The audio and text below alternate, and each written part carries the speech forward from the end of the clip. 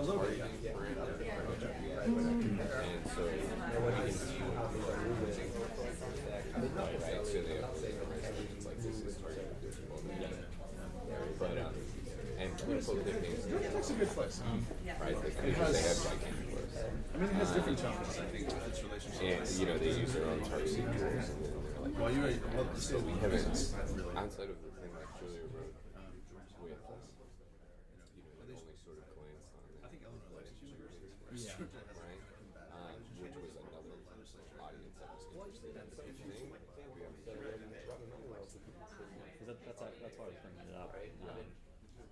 Alan was Love like, budget my colleague with this. asked like the number of things like advertising. Oh, really? They come up with Oh, really?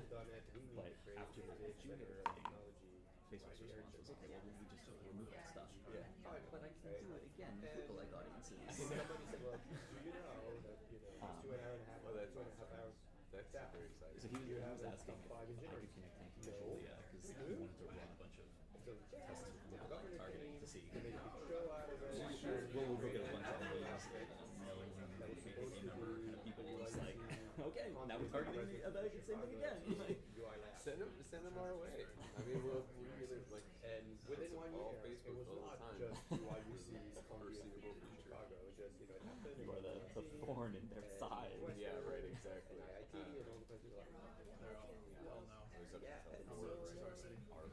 Yeah, I talked to a bunch of. I remember when I was like a junior grad student, ended up having lunch with senior dudes at CSU. Julia, your editor? No. And they were talking about Is this guy Dave? your mentorship. Usually very nice. For whatever reason, he runs this thing and it's Because it was remote, I had to go deep left. So You guys started with a landslide into the place of Facebook and then it was Google. I found it. I'm such an idiot. The next day I found it on LinkedIn too. I'm like, I went to that and they were like, oh, we deleted it. there was a belief that it was safer than putting your money, like, if, DoD's giving you a grant, UIC looks more attractive than. It was just amazing to watch the press dogpile on I know, and it became like just a complete meme. Application as a liability. Originally, Yeah, that's what I mean. BuzzFeed But I wrote mean, about it. for a long time, at least They by bought these it things, and linking to our store. And it was we had it, like, you can't buy it. Yeah. And we like called them. I mean, we get to it. It's not the association that you want. No, it's fine to do too. Or if they were installed real Yeah. countries, right? No. But yeah, if it was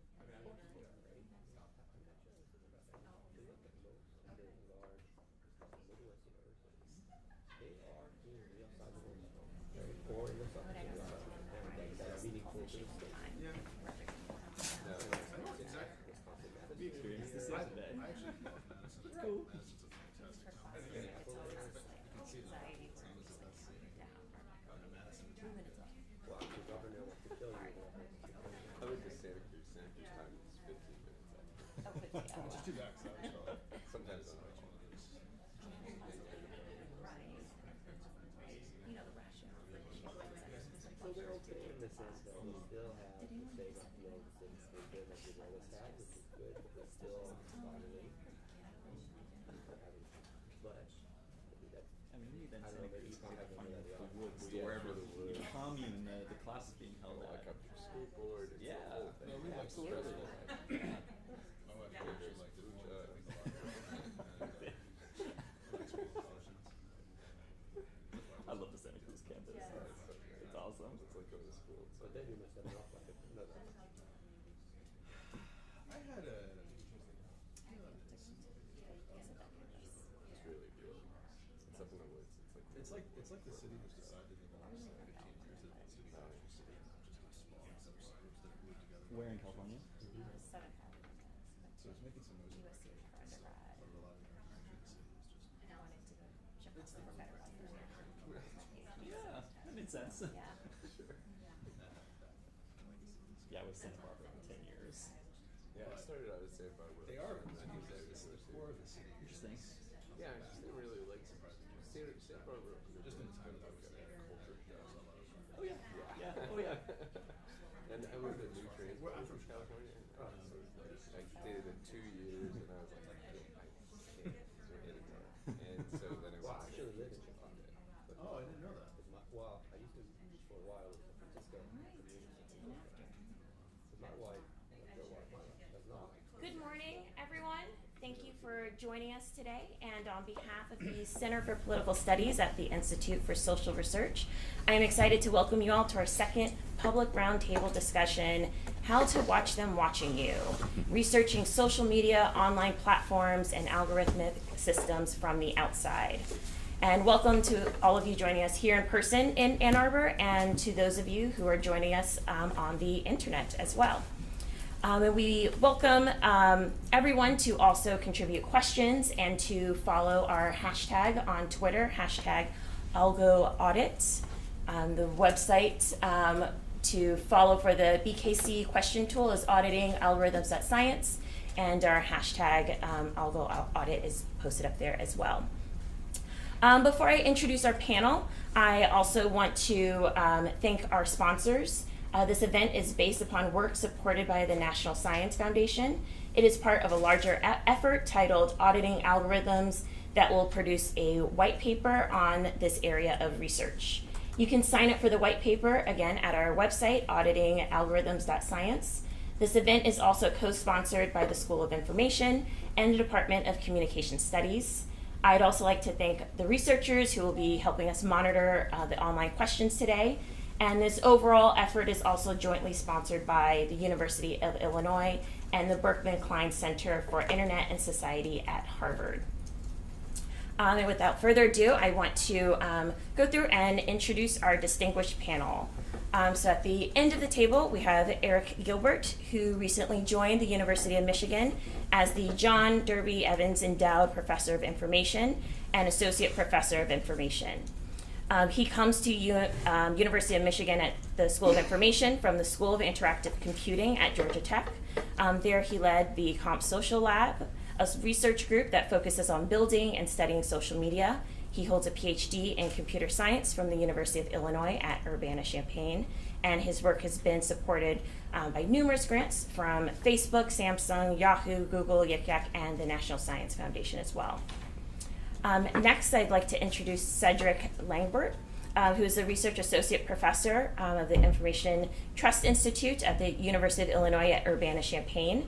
He received his PhD in theoretical and applied mechanics from Cornell University in 2005. He works on applications of control, game, and optimization theory to a variety of fields, and most recently studying smart infrastructures, problems within the Center for People and Infrastructures, which he co-founded, and he is also a recipient of the NSF Career Award. Next, I would like to introduce Christo Wilson, who is an assistant professor in the College of Computer and Information Science at Northeastern University. Professor Wilson received his PhD from the University of California in Santa Barbara.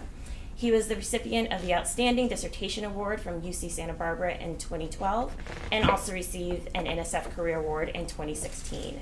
Professor Wilson performed the first large-scale measurements of Facebook in 2008 to understand how users form friendships and interact. And then next, I would like to introduce Jeff Larson from ProPublica, who is a news applications developer, and he is the winner of the Livingston Award, the 2015 Pulitzer finalist, and also worked with The Guardian on the Pulitzer Prize-winning 2013 NSA Leaks series, and is a recipient of the 2016 Scripps Howard Digital Innovation Award for Machine Bias. And finally, I am Casey Pierce. I will be the moderator for the panel today. I am an assistant professor here at the University of Michigan in the School of Information. My research looks at the use of technology for knowledge sharing in organizations, and I have a particular interest examining the role of knowledge sharing and technology implementation as it relates to policy changes in healthcare, and have been recently examining the role of telemedicine in optometry. And without further ado, just to preface our panel discussion today, for those of you who were able to join us yesterday, we want to build upon the energy in the discussions and want to kind of frame this as focusing on the how and the methods on how do we kind of do a lot of the stuff in the questions that were raised from yesterday's panel. But one of the quotes that I want to share to kind of help frame today's talk was posed by David Lazar in a Science op-ed in 2015, that we need to create a new field around the social algorithm, which examines the interplay of social and computational code. And following this, an unsigned editorial in Nature that also kind of builds upon this, and kind of want to bring your attention to this last part of the quote, where researchers hope to find ways to audit for bias. Society needs to discuss in earnest how to rid software and machines of human bugs. And hoping that this can kind of help to invigorate the conversation for today. But I want to turn it over to our panel, who will give some brief remarks. And then after their brief remarks, we will open up questions for those of you here in the audience and also online as well. So Eric, if you want to pull up your slides, and here's the clicker. Okay. Pass it down. Are we staying sitting? Yes. Whichever you prefer. That's good. You'll have to put your deck out. Yeah. Oh, all right, hold on.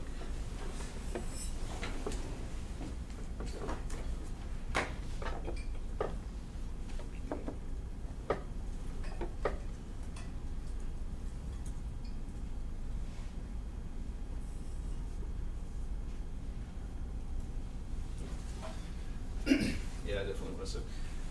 So hi, I'm Eric Gilbert. Thanks for having me.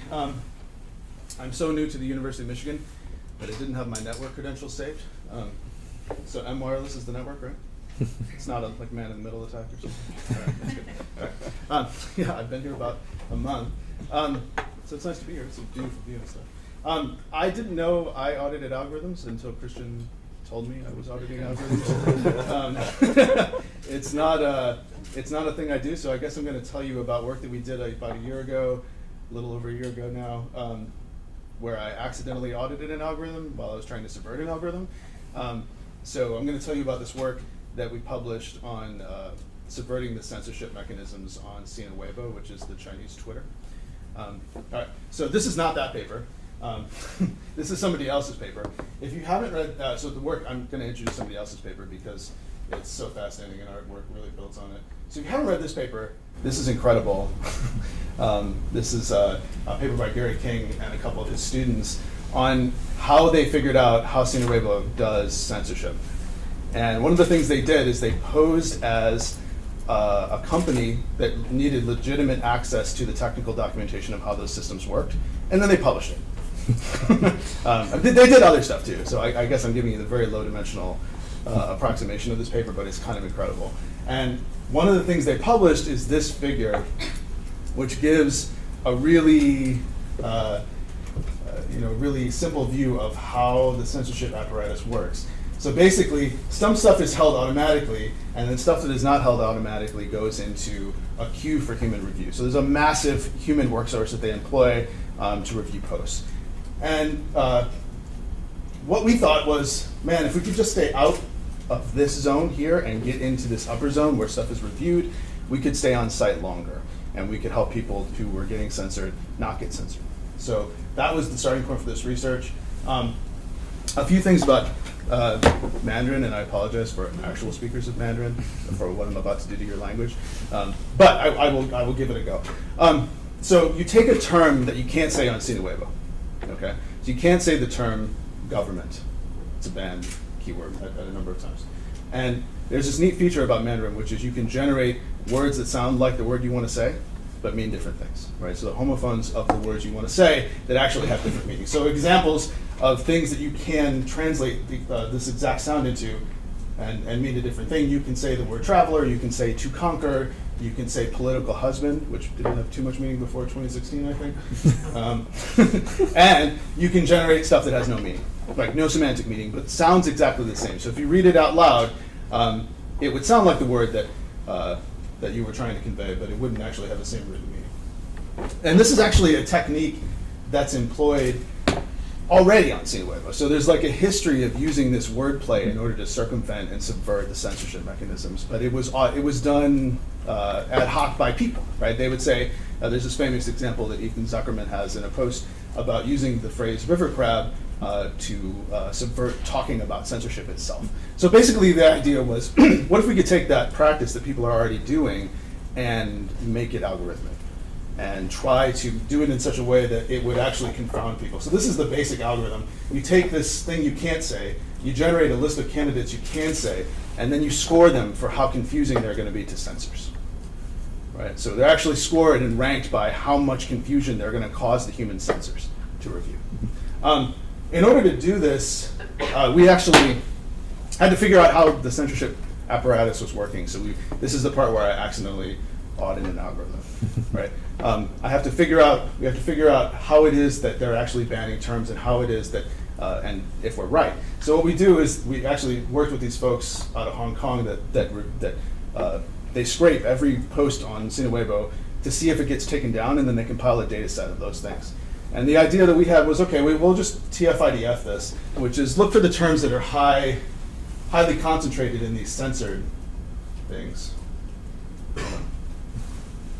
In these censored posts, and those are the terms that are most likely to be blocked. So this is us reverse engineering the term list that they have at any given time, and we're running this continuously, and then we're going to transform the things that we're doing, and what we do is we post them back.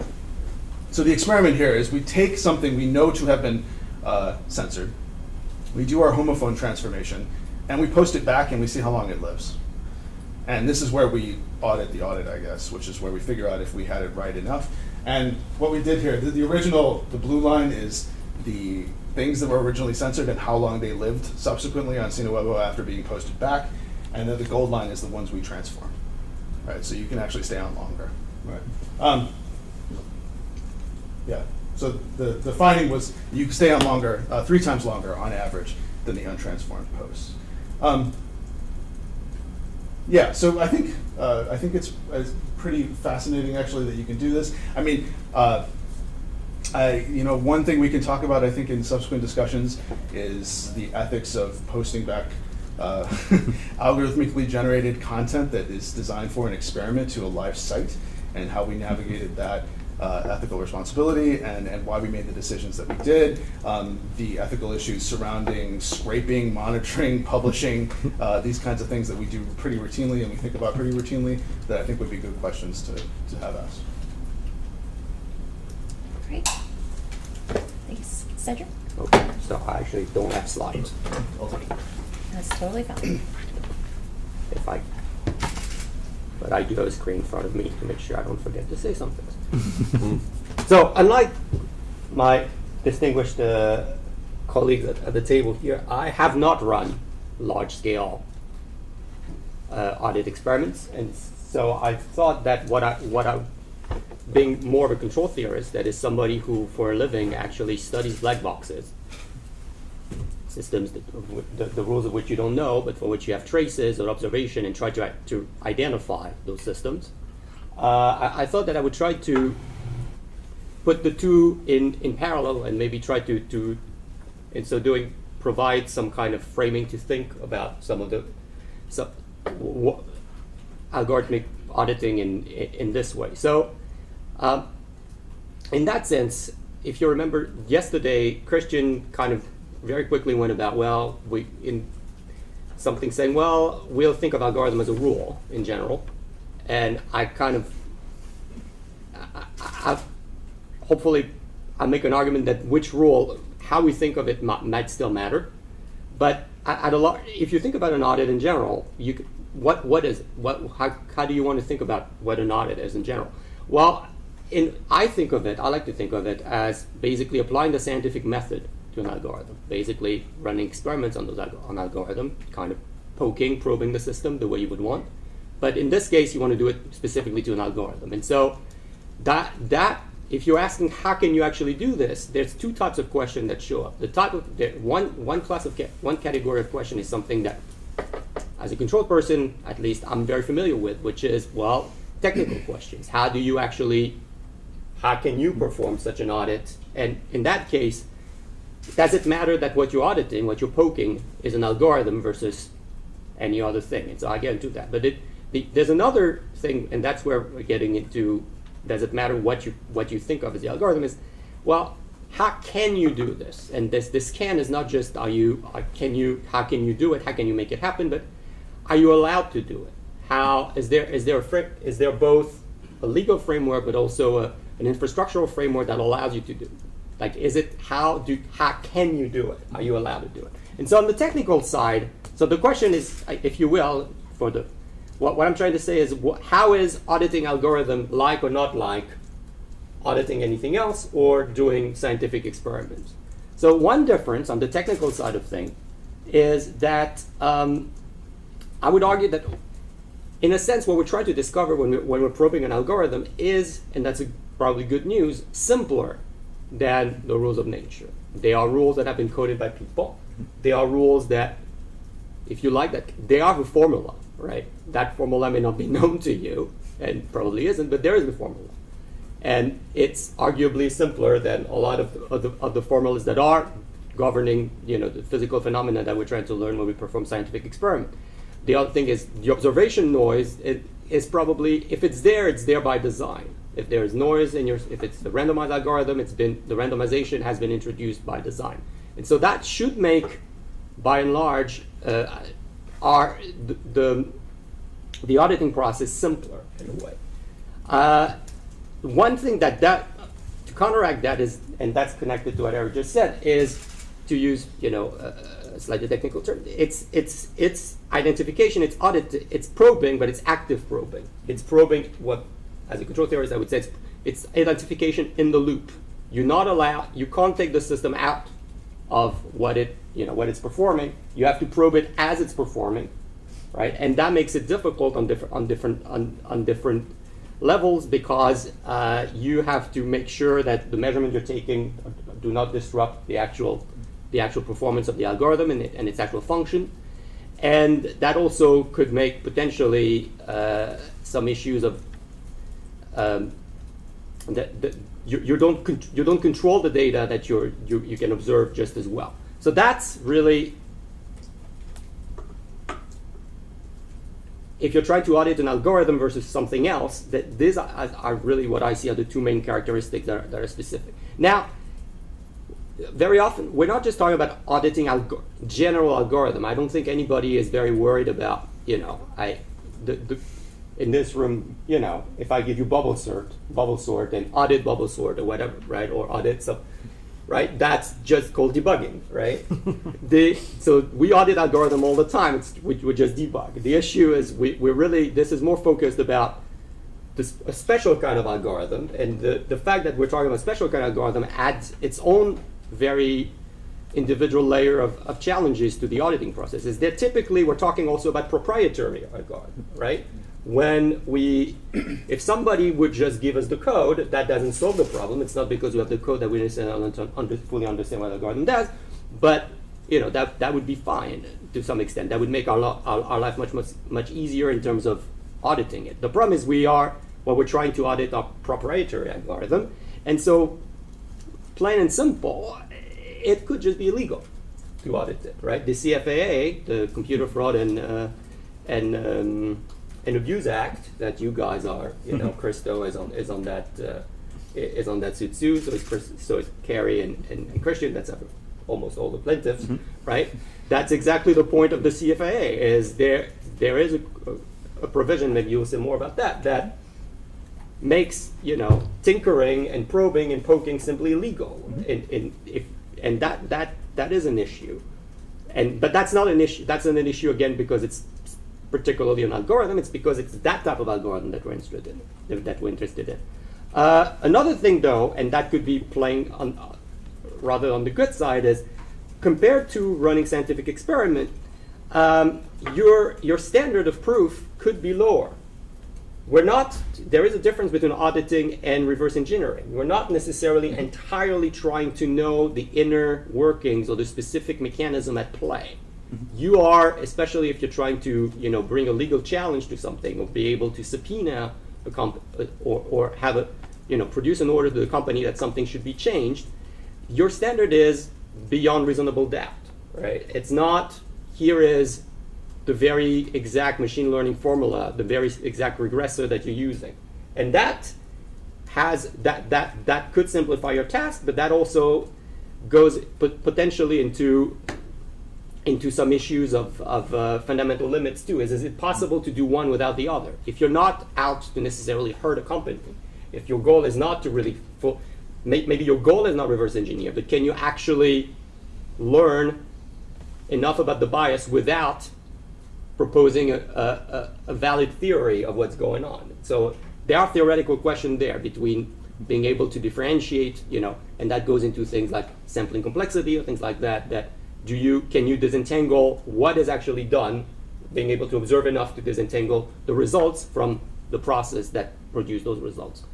But again, that's specifically because we're talking about proprietary algorithm. And another thing is, as Eric also pointed out, is there's an ethical point, right? And that also shows up even in social science type of audits. It's really unethical, right? Is you are injecting data into a working system. You didn't ask the people. The whole point of an audit is that you are if you tell people that you're auditing, things may change. It's of a sort, right? And that's not what you're supposed to do when you're running an ethical set of experiment. And typically, the provision for that is, well, if you do it in the greater good, then maybe that's okay. But every audit is, especially as we generalize audits, is it truly always in the greater good? Mm-hmm.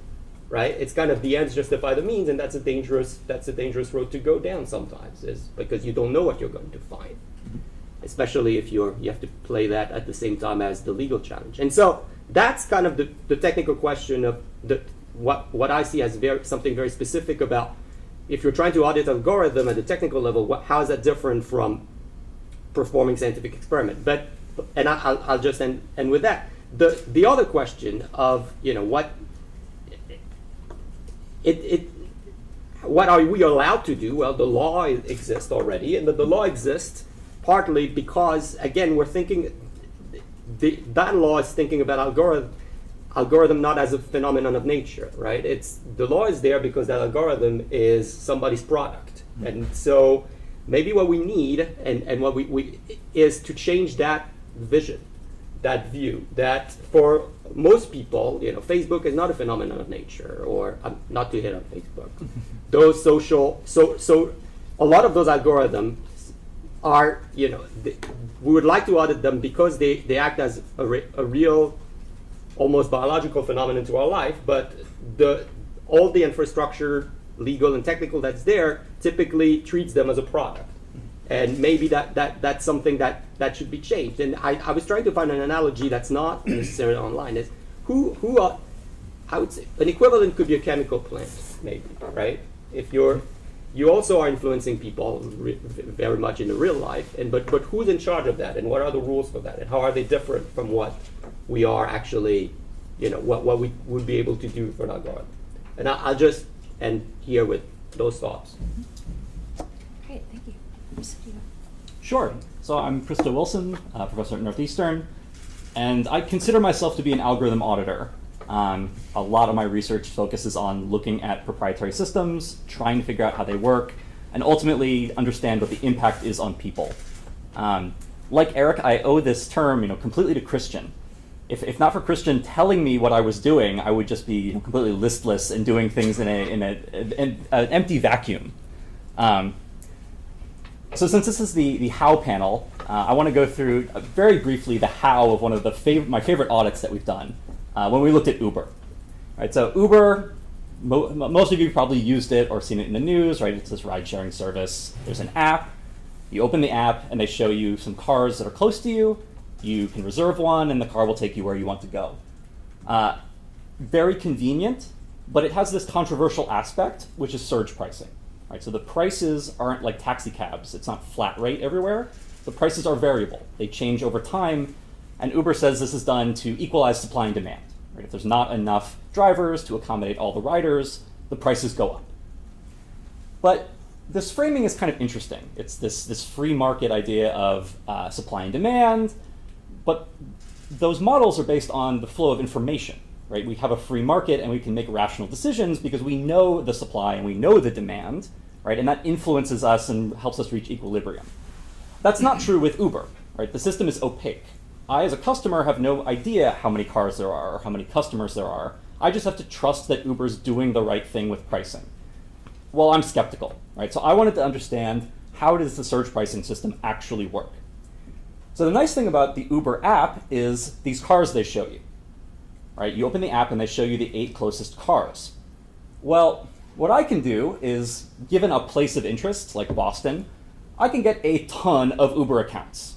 Right? I can fake their GPS coordinates and I can literally canvas the entire city. Right? Each one of those measurement points can only see the 8 closest cars to it, but in aggregate, I can see the supply throughout the entire city. Right? When cars disappear from the map, that's an indication they've been booked. So now I have some estimates of demand as well. So I can start to piece together the underlying state of their system and compare it to the surge prices. So there's a lot of detail that has to go into this. For example, the density of Uber cars changes throughout the day. Right? At rush hour, there's a lot more cars, which means you need more measurement points, and you have to calibrate this very carefully. Before we run any tests like this, right, there's also ethical concerns. Perhaps by adding 200 users to the system, I will induce surge pricing. Right? Now everyone has to pay more, and it's my fault. Right? We were very careful to test that theory first and make sure that we wouldn't actually make people have to pay more.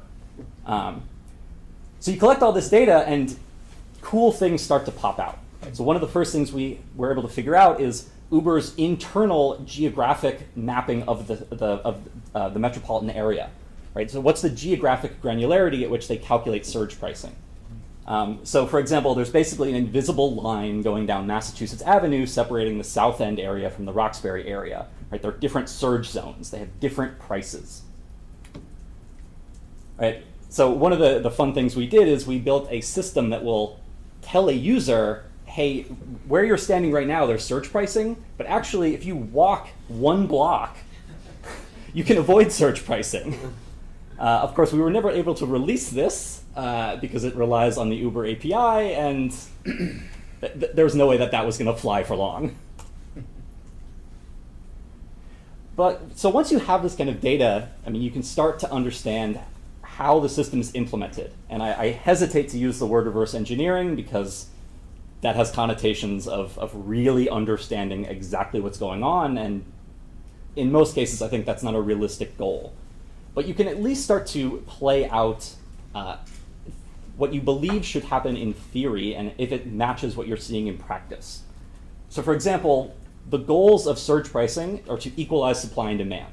Right? That means pricing customers out of the market to reduce demand, but also incentivizing drivers to come in and increase supply. Right? So we can actually test this using our data. Right? So you can imagine a scenario where most of the city is not surging, but one particular area is. Right? There is actually a strong incentive for drivers to head to that area. Right? You can make more money in the Back Bay right now than anywhere else in the city. Right? So do we see that happening?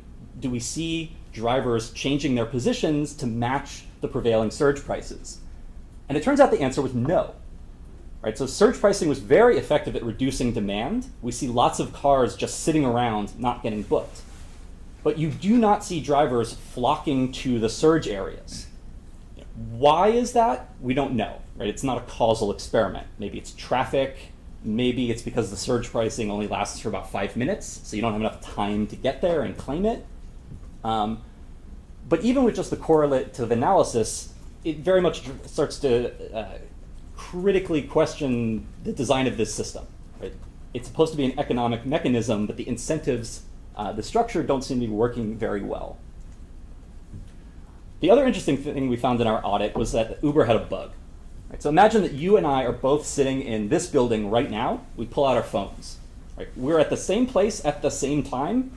You would assume that we would get the same prices. Right? It turns out that that wasn't true. We saw people at the same place at the same time getting different surge prices.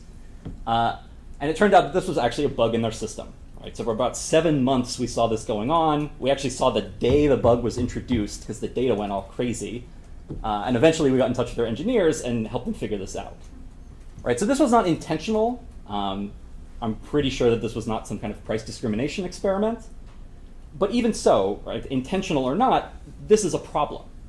it's not a security bug, but it's a social bug, right? It's violating our expectations, right? And I would argue that that's as bad as what you would typically look at in a security audit, right? So you need these kind of broader algorithm audits to find these kinds of problems. Yeah. Great, thank you. I don't have any slides. Hi guys, I'm Jeff Larson, news applications developer / reporter at ProPublica. For the past few years, we've been writing a series we call Machine Bias that investigates algorithms, and we've covered everything from, we've done a little bit on Uber, Christo's help. We've we've looked into Facebook ads and advertising. But our two main, but I want to talk specifically about two stories that we've published, one that we published last year and one that we published this year. Last year we looked into this score, which is a recidivism score, where people are, when they're arrested, the night they're arrested, they get asked 137 questions, and it spits out a number between 0 and 10 on how dangerous you are. We looked into this score. It's made by a private company. We looked into this score because it's pre-trial, so you have a criminal justice agency passing judgment via an algorithm before trial. So the inverse of innocent until proven guilty, right? Here's guilty evidence, evidence that you're guilty before, with no recourse for challenge. And basically what this score can do is make it so that you're not allowed to go home before your trial to get your life in order or whatever. The score can say you're dangerous enough, we have to hold on to you. And there's been studies saying that when that happens, when you come in with the handcuffs and the orange pajamas, that you're more likely to have a worse trial than not. So Eric Holder famously said that people should really look into this. The Sentencing Commission of the United States declined to do so. So since we're investigative journalists and we're always looking for stories, we decided to do it. We found it's used all throughout Wisconsin. Wisconsin denied our public records request, but we found a jurisdiction, Broward County in Florida, that was using this score. And we filed a FOIL request with them, a records request with them, to get the outputs of the score, to get the 18,000 scores that they had given to people over the years. Originally, they said that would cost $10,000, so we hired a lawyer, and we ended up getting it for free.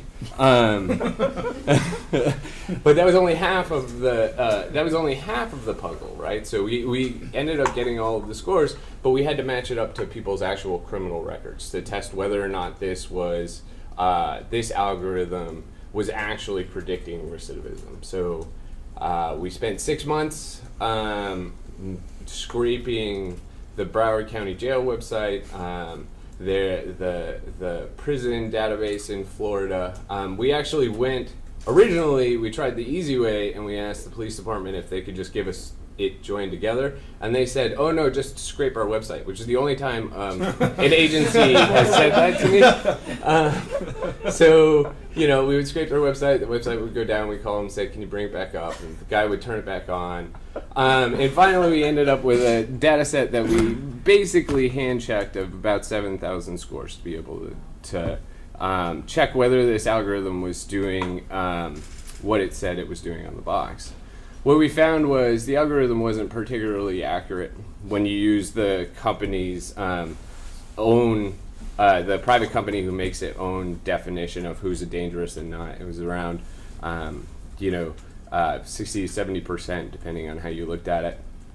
But we found this strange phenomenon and troubling phenomenon where black defendants who were flagged as dangerous, black defendants were twice as likely to be flagged as dangerous as white defendants, right?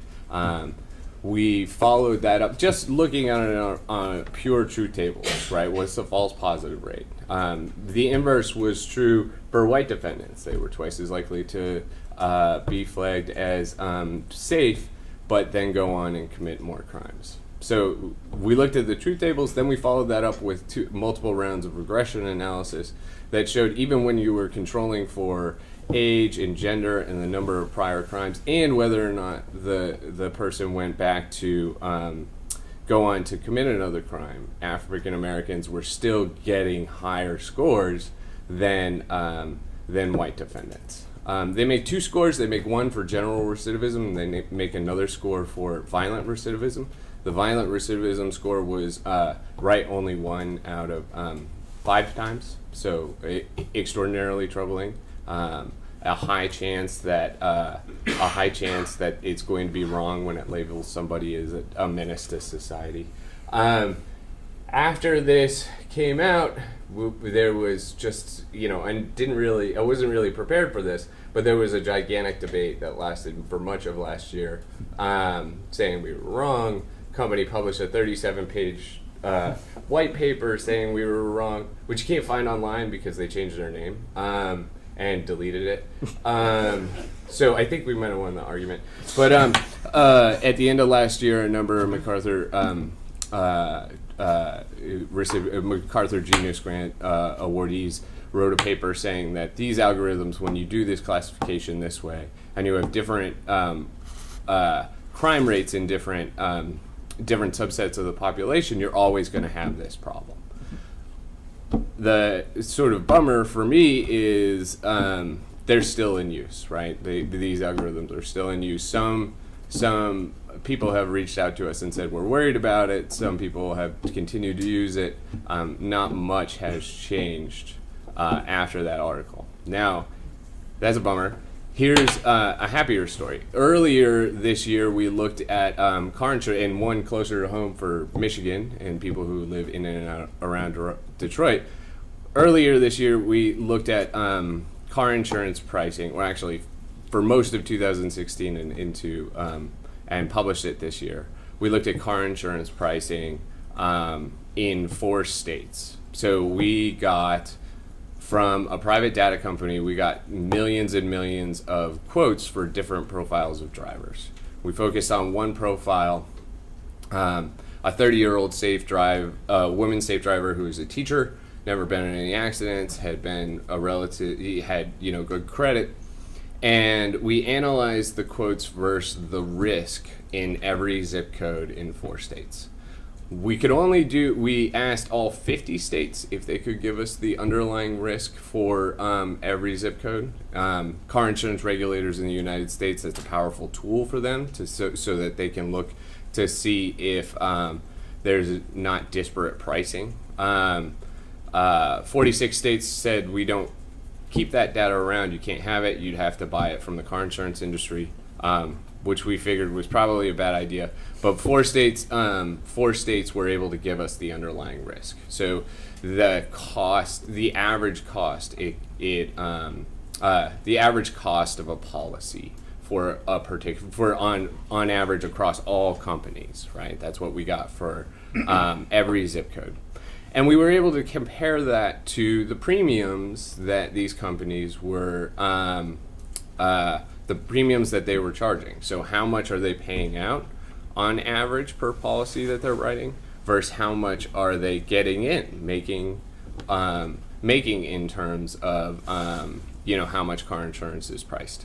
What we found was something shocking. In Illinois, 33 out of 34 companies were charging 10% more for in risky minority neighborhoods versus risky white neighborhoods. So there's a 10% surcharge that doesn't when you control for risk if you live in a minority neighborhood in Illinois. In Missouri, it was 31 out of 34. In California, the most highly regulated state in the nation when it comes to car insurance, the one that has the most sort of controls, it was 7 companies. We found 7 companies that were charging 10% more for minority neighborhoods than for majority white neighborhoods. When this came out, the car insurance industry wrote an op-ed in their industry magazine saying, "You guys can't possibly know. We have internal data. it turned out that we found one company's internal data and Nationwide in California, because they accidentally published it in a filing, I think. Now on page, I'm going to get it wrong, but it's on page 9600 of the filing that they that they published in 2015, something like that. If you guys want to go and look it up, I can get it for you. You can't do anything else on your computer when you open up these filings because they're gigantic PDFs that are 140 megabytes, which I've crashed my computer using a PDF now. So we found their internal data, and according to their internal risk data, when we compared it to the price quotes, this was Nationwide in California, they were charging 24% more for minority neighborhoods, right? So that was just one company. They wrote that article. The car insurance regulators all said that we were full of it. But last week, or a couple weeks ago, California, the California Car Insurance Regulator Department, insurance commissioner, called us up and said, we have something to talk to you about. And then they proceeded to lead us through how they had used our methodology to regulate the car insurance for a number of the companies that we found these disparities, right? Which is something that I never in my wildest dreams as a journalist would ever think would happen. So even though they hit it at us at first, it was sort of a mea culpa. And they've used it, and car insurance is more fair in California as a result. So I think I'll just leave it at that. Well, thank you. So we now want to open up for questions. So I'll also be pulling questions from online. And for those of you who are here in the room, feel free to come up to the front to the podium so that we can all hear your questions here in the room and online as well. But the first question that I want to pose for our panel was posted on the online tool. Is why is it important to be able to understand and explain algorithmic decisions? What are the best ways to make algorithmic systems understandable to non-technical audiences? Well, I'll take that one. So the way that we do it as journalists is we focus on outcomes, right? So we when we did the machine bias, the recidivism story last year, my colleague Julia Angwin flew down to Broward County and knocked on doors for a week to find stories, to find ways in which this algorithm had impacted people's lives. We have one example. Our lead example is Brescia Borden, who was walking home from school one day and saw a kid's bike that was too small, and being a teenager just hopped on it and started riding around. The mother of the toddler came out and said, "Hey, that's my kid's bike." She handed the bike back, said, "I'm sorry." The neighbor had already called the cops. The cops showed up. She got a score of 8. This white guy, Vernon Prater, was booked, had a rap sheet that was a mile long, got arrested for stealing a bunch of stuff, which included violent crimes, and he got a score of 2, right? So showing those real examples of on the ground, what we're seeing in aggregate works a whole lot. We did the same thing in our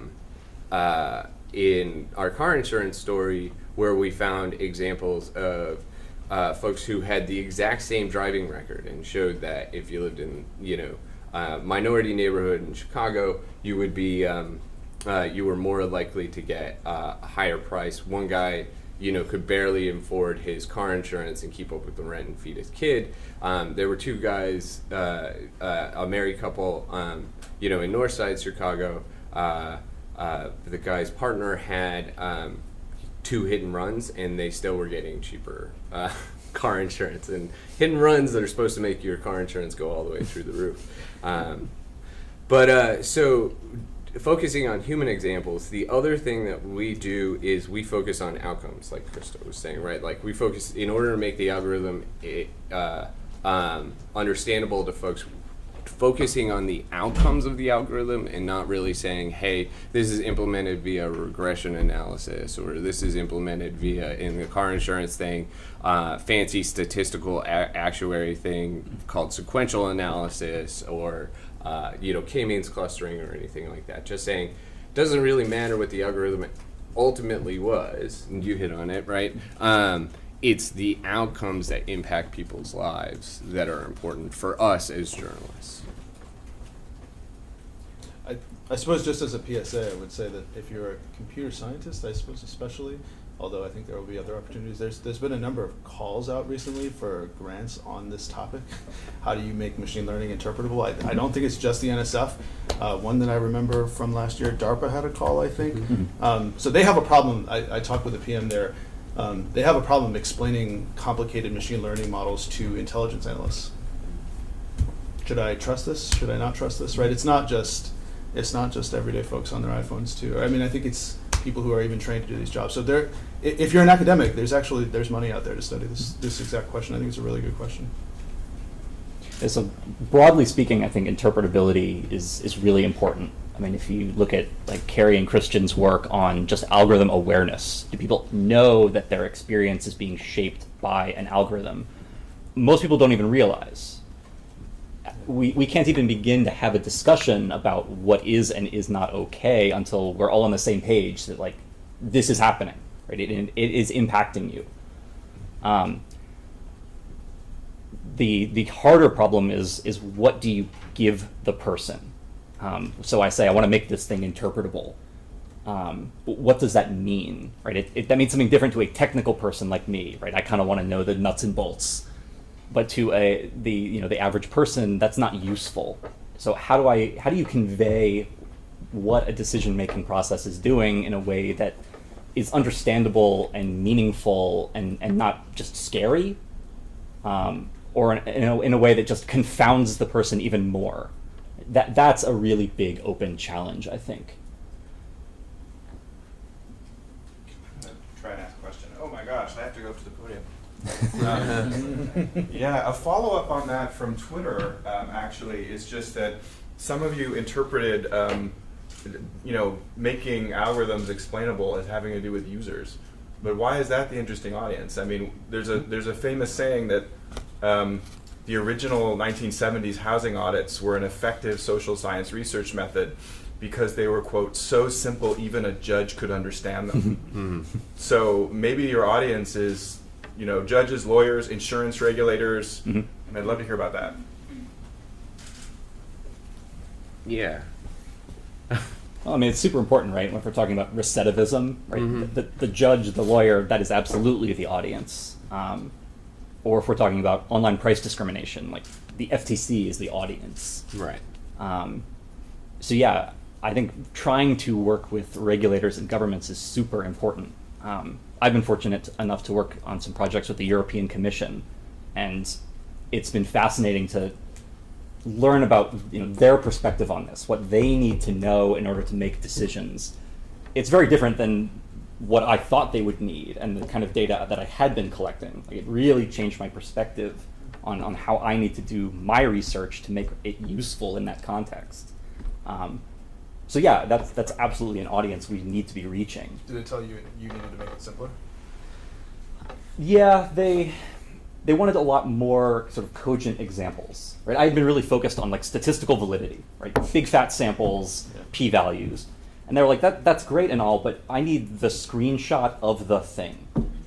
Like, give me 100 screenshots of that's what happened, right? It's right, that price discrimination is right there. Right. Because that's what goes up the food chain to, like, here, right? You see it, right? And the science is fine too, but this is the proof in the pudding. Right.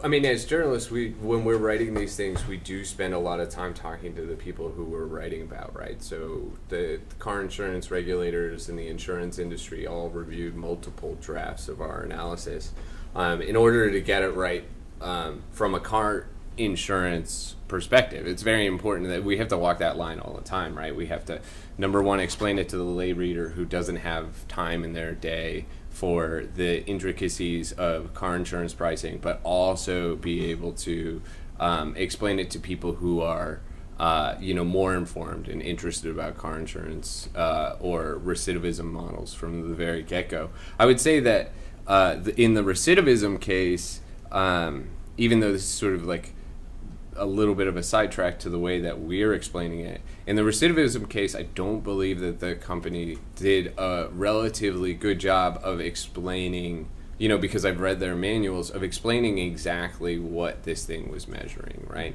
This thing is a score from 1 to 10, but that's a likelihood, right? And humans at a very fundamental level don't really understand likelihoods. They're going to pick a threshold, right? And in fact, the company says, here's this threshold. Anything higher than that is a high risk of recidivism.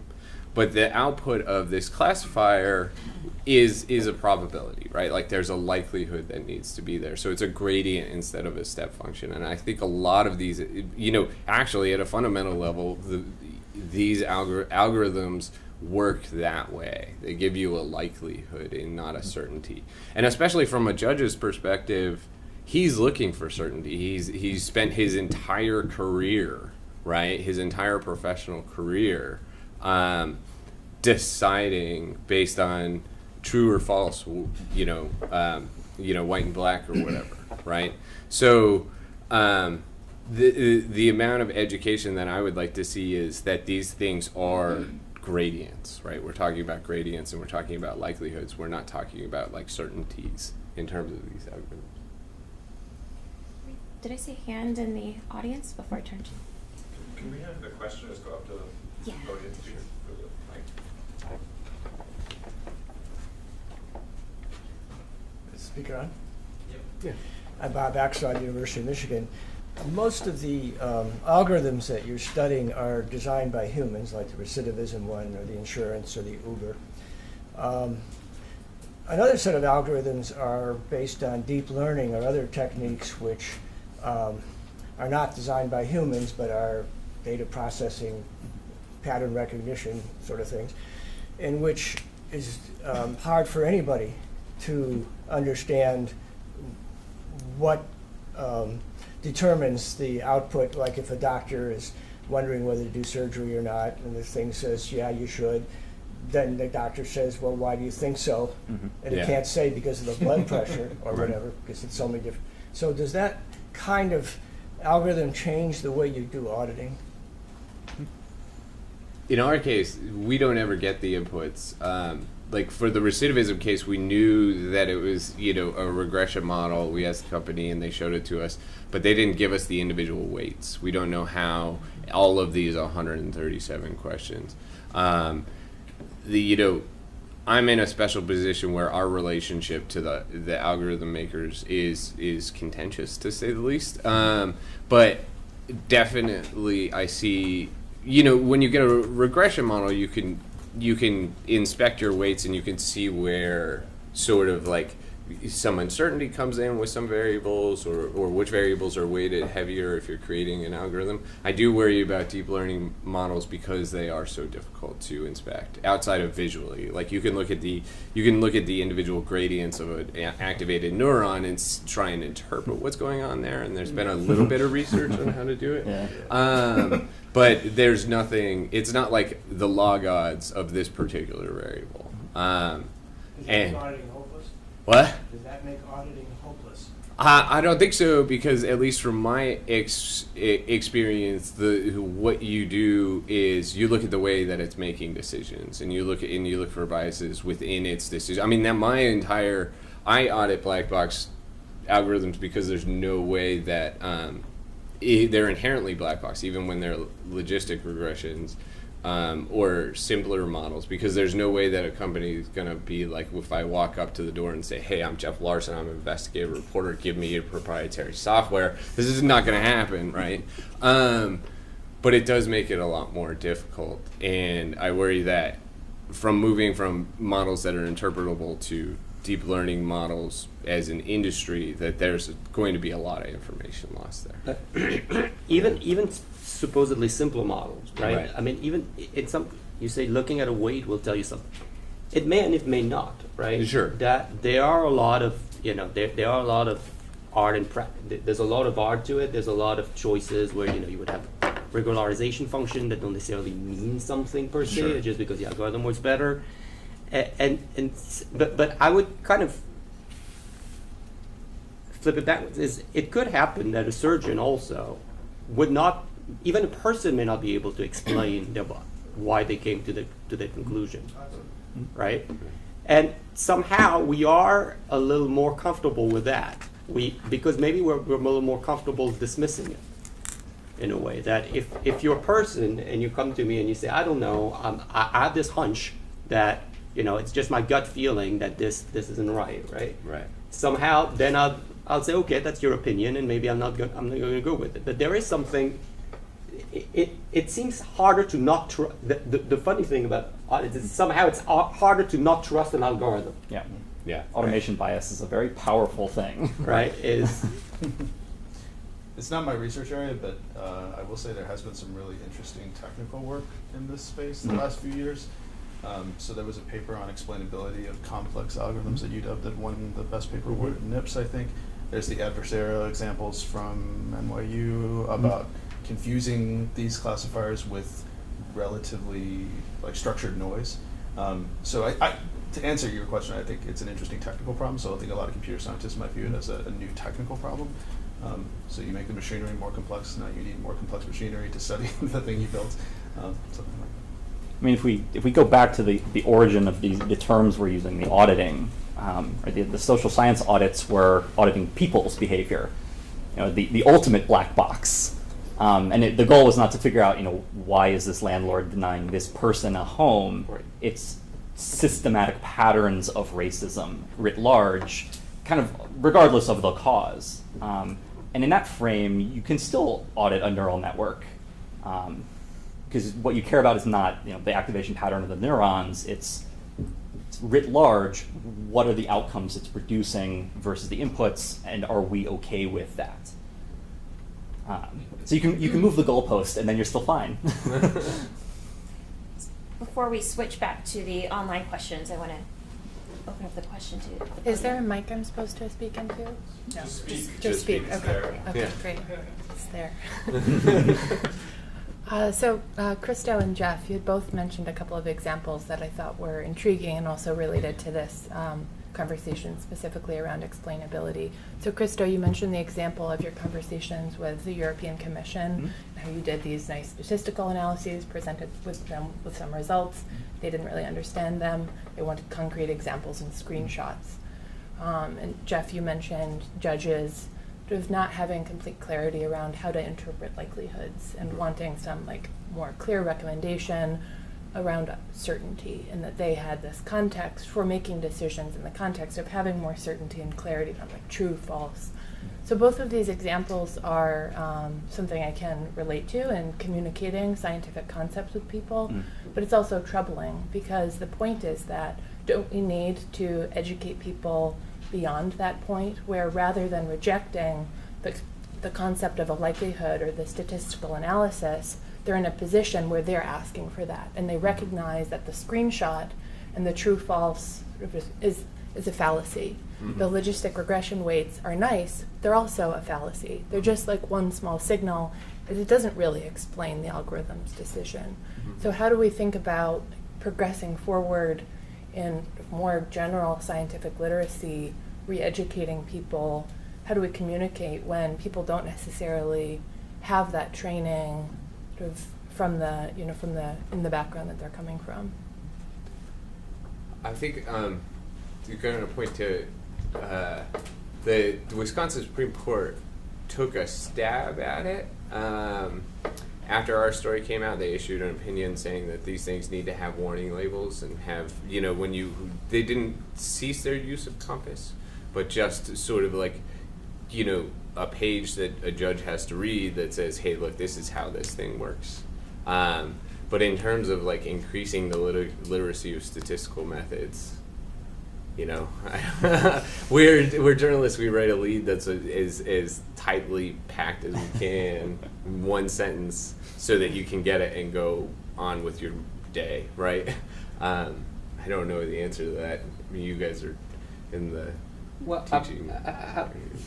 Oh, yes, that's true. I mean, there's an issue. It's not also specifically about statistics and probability. It's not just education per se. I mean, that's, there's a huge side of behavioral economics that shows that the human brain is not very good at that, right? I mean, lotteries on lotteries and the Adelaide paradox and it's.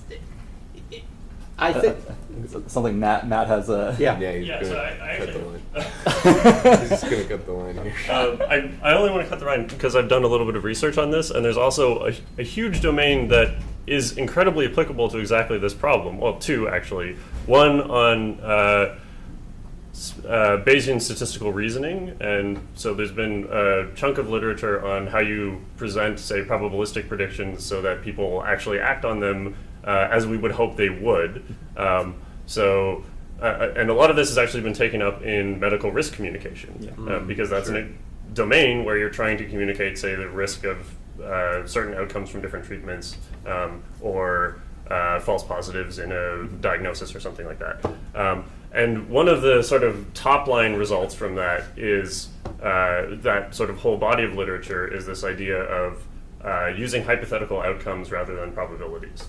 So rather than saying, there's a 90% chance that of recidivism for this person, and then apply whatever arbitrary threshold or whatever, you say something like, here's 20 possible people that this person could be, of which 18 of them are the person who ended up recidivizing or whatever the Committing another crime. Yeah, there you go. So there is a whole body of literature on this that we can draw upon to try to communicate the results of algorithms and predictions and probabilistic predictions in ways that people can actually understand. And I think I tried to get the panel yesterday to give me an answer related to this, and Christian said something like, you can't educate people. I'm being snarky when I say that. But I think the point that I was trying to get people to talk about was not, do we need to re-educate people? Do we need to present things in a way that they actually then subsequently make good decisions from automatically anyway? right. That was my comment. I'm going to sit.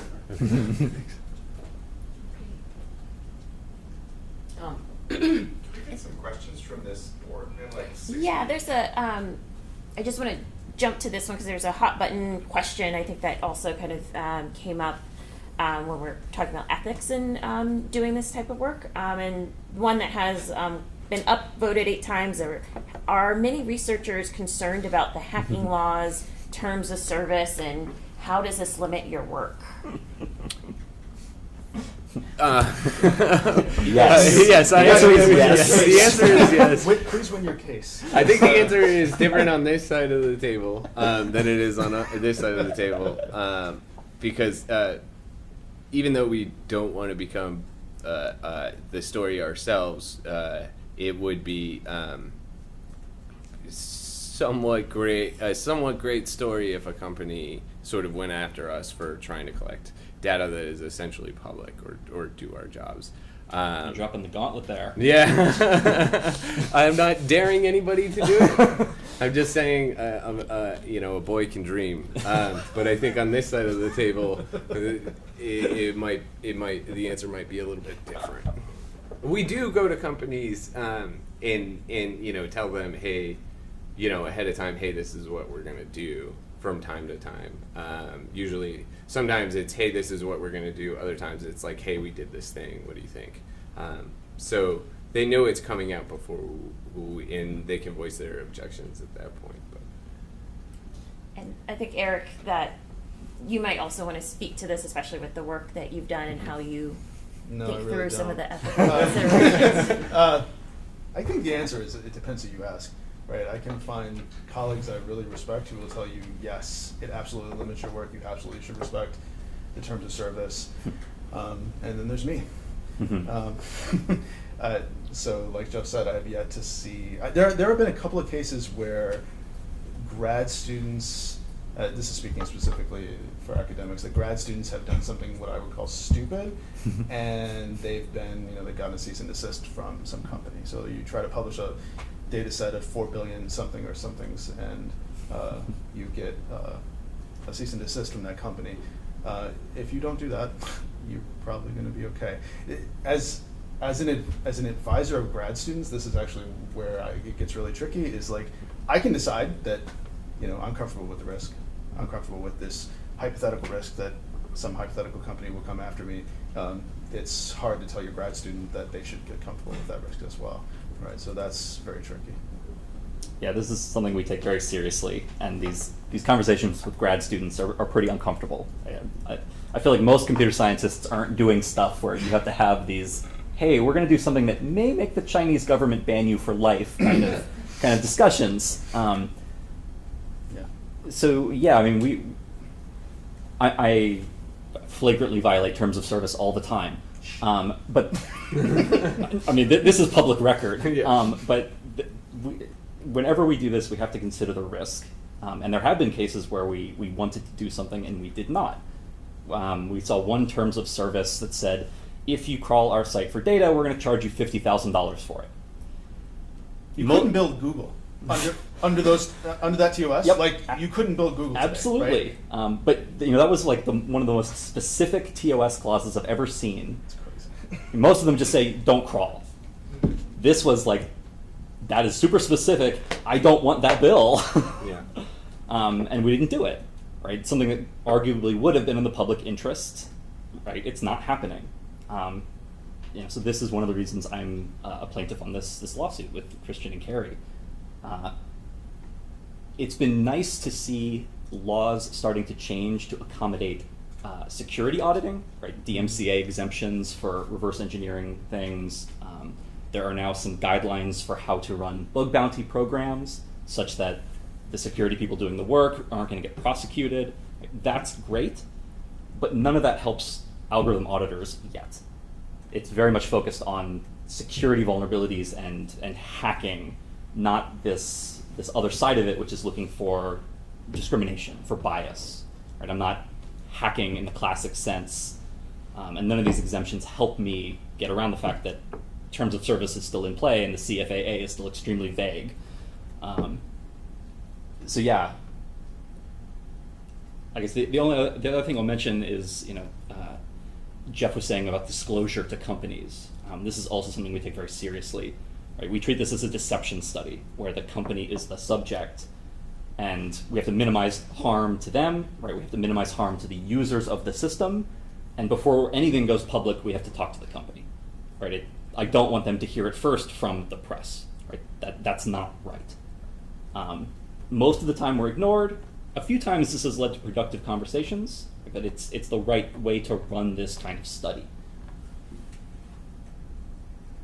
Okay. My question is about the diminution of the existing infrastructure that gives people, researchers, and the general public some access to information. And I'm referring to things like the Privacy Act, the Freedom of Information Act, the Fair Credit Reporting Act, that all of which were developed pretty much in a pre-digital age and certainly in a pre-algorithmic age. And I'd be interested specifically from hearing from you, Jeff, the grounds on which Wisconsin denied your FOIA request, and whether any of you have thoughts about whether we need to fundamentally reassert our rights to things other than the data that a government agency might be willing to give us. I think in Wisconsin, it was either law enforcement sensitive. It was one of three options, and I can't remember which one it was. Law enforcement sensitive, privacy of the people, or overly burdensome, right? So, in Broward County, they told us it was $10,000 to get the data out of the system, and we were only talking for one county. and this happens a lot, right? Yeah. You I'm know, not holding these up as examples that worked well in the pre-digital age. Sure. No, I mean FOIA is complicated, and you really have to, know the arcana of it. One time I FOIA'd the FBI for emails, for the last 50 emails of somebody, and they said, we don't do research for you, and I was like, it's not research, you just sort it and count up to 50. I ended up getting the emails, no story in that one, but the other time, I could tell 4 war stories, but this is my favorite one.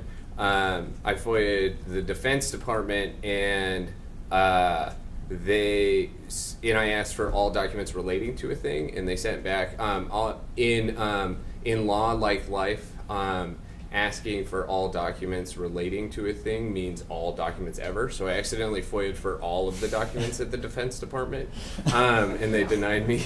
But yes, you're right. There were in the 60s and 70s there were a bunch of laws that were increased transparency in response to the Nixon administration. FOIA and the state FOIA laws are the best tool that we have as journalists to get information and data, especially data out of the company, out of the government that we can audit when we're talking about these algorithms. And the Fair Credit Reporting Act is an example of an algorithm that is challengeable, right? The recidivism algorithm, if you get a 7, first of all, when we talked to defense attorneys down there in Broward County, they were like, we've never heard of that thing. We've never seen one of these. We don't know what you're talking about, right? Which is a discovery problem to begin with. And there's no recourse if you get a 7. Not only does a 7 not really mean anything except for to a judge, there's no guidelines on what a 7 means. It also, you can't go back and change your answers to a particular test. I think the template, when we're talking about algorithms that have impacts on people's lives, the template of the Fair Credit Reporting Act, where maybe you don't see the internal calculations, but you are able to see why they made these decisions about you and challenge those decisions, is something that we should be thinking about as we increasingly use algorithms like this for decision making, right?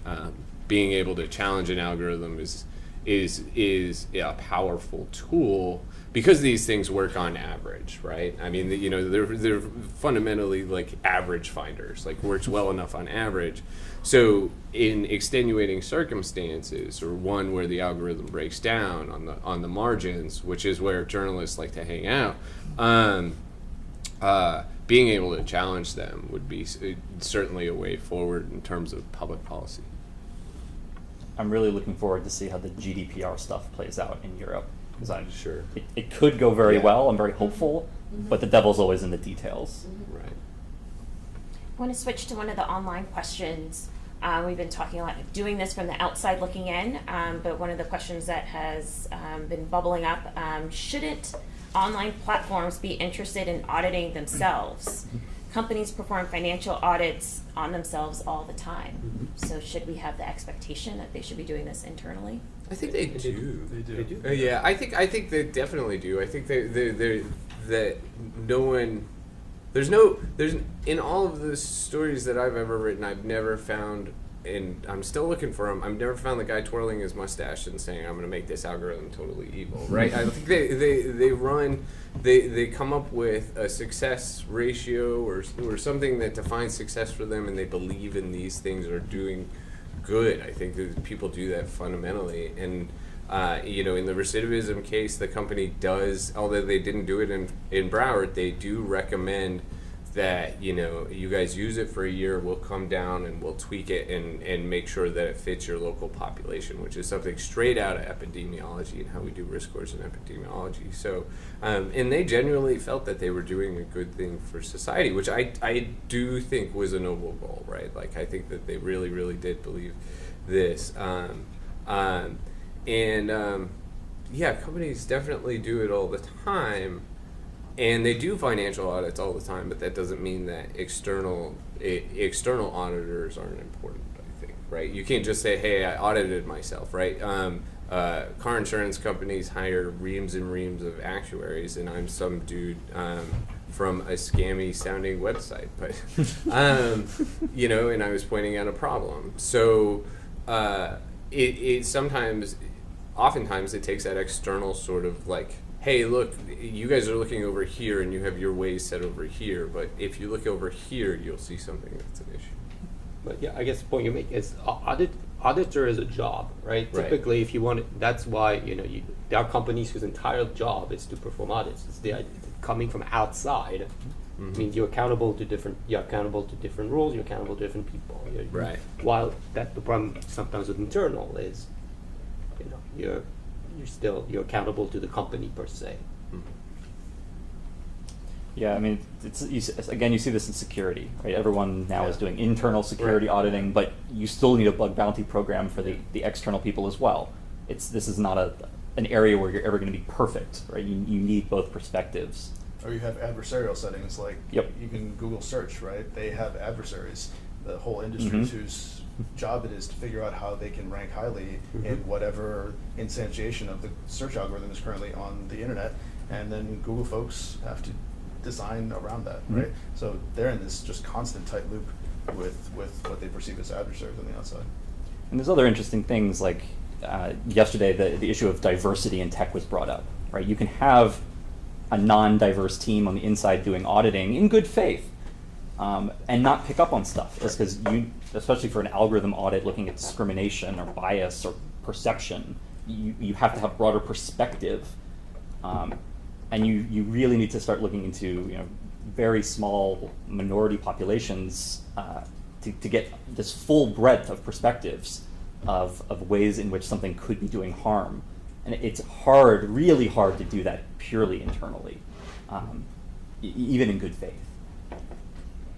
To stay on track with our time, I want to still open up the floor to some of our audience questions. Sure.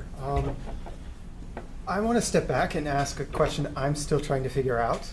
As someone who studies discrimination, does audits and other things myself, I've been really haunted by introduction to Michelle Alexander's The New Jim Crow, where she talks about how she felt like her work on discrimination in the judicial system during her time at the ACLU was a fundamentally conservative thing.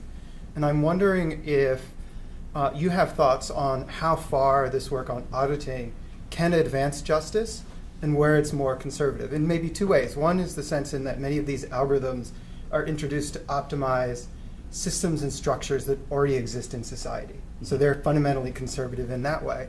But then by trying to do work to make sure they operate within certain expected parameters of justice, is algorithmic auditing really kind of a very kind of narrow incremental thing that only allows us to kind of tweak the wheels of justice, compared to, say, wider efforts? Where do you see those things fitting in more broadly into kind of the broader conversations about justice around discrimination, around the criminal justice system, and other kind of broader challenges that people face in society? I think on a individual story or study level, that in algorithmic audit, right, is we're only gonna ever move the needle. That's what we say in journalism, right? Where we move the needle maybe a second, right? So one of those does that. But if let 1,000 flowers bloom, I'm not supposed to use cliches, and I just use two of them. If there's a lot of it, right? If there's a lot of it, and there's a lot of ways, like in aggregate, that changes society for the better. Now, are there a lot of people doing this? I don't think so, right? One, because it's hard, right? Especially on the news side, you can write an article. You can write an article about a bad ad you found on Facebook. It's much harder to do it in a systematic, large-scale way. A lot of journalists don't have that sort of luxury. But I guess I sort of take issue, right? It is hard as a journalist to see, a story you're proud of only have a little bit of impact. But when you look back at like a series or work that you've been doing and inspiring other people to do that work, I think in aggregate these kind of things can make gigantic positive change. I'm just waiting for, outside of these guys, the aggregate to catch up. But I got a little bit. And one of the reasons I like auditing and I feel that it's valuable is to increase accountability, right? The work you were talking about, Jeff, right? Maybe you're selling yourself short. I know. I think you actually have moved the needle quite a bit in a few cases. We can't critically examine these things until someone actually does the work, and then we can have the next conversation about, is it okay? Who needs to fix this and how? But I don't disagree with your fundamental point that I can run an audit on someone and show that it is reflecting structural inequalities. And that's bad, right? It increases transparency, we're shining a light on it, but fixing that one system does not fix structural inequality. It's nice to know I'm doing a small part, or hoping that I'm doing a small part, but I mean, one of the reasons I like this area is because it is so interdisciplinary, and we need to engage more broadly to address the root causes. Right? Your system is biased because the data was biased. Why is the data biased? Well, that's because of history and social constructs. Right? How do we change those? The problem is so big. We're a teeny tiny piece of this. I've been sitting here thinking, I wish there was a toolkit I could give to a first-year graduate student and give it to them in a seminar class, and they all do an audit, and it would be as turnkey as that. Mm-hmm. And we're pretty far from that. We're all writing one-off software that is specifically tailored to a certain system. Mm-hmm. And we could write that, right? We could probably get together and write some of that software. That would definitely become a target of the CFAA. Right? So that would go down pretty quickly. So while our one-off studies would exist, the software that enabled a full stack kind of thing would definitely go down. Yeah. Well, on that note, we're unfortunately out of time. I know we had a ton of questions that were still posted on the tool, but I think some of our panels will still be open for some additional questions afterwards. But thank you for joining us, and let's also thank our panelists today. Thanks.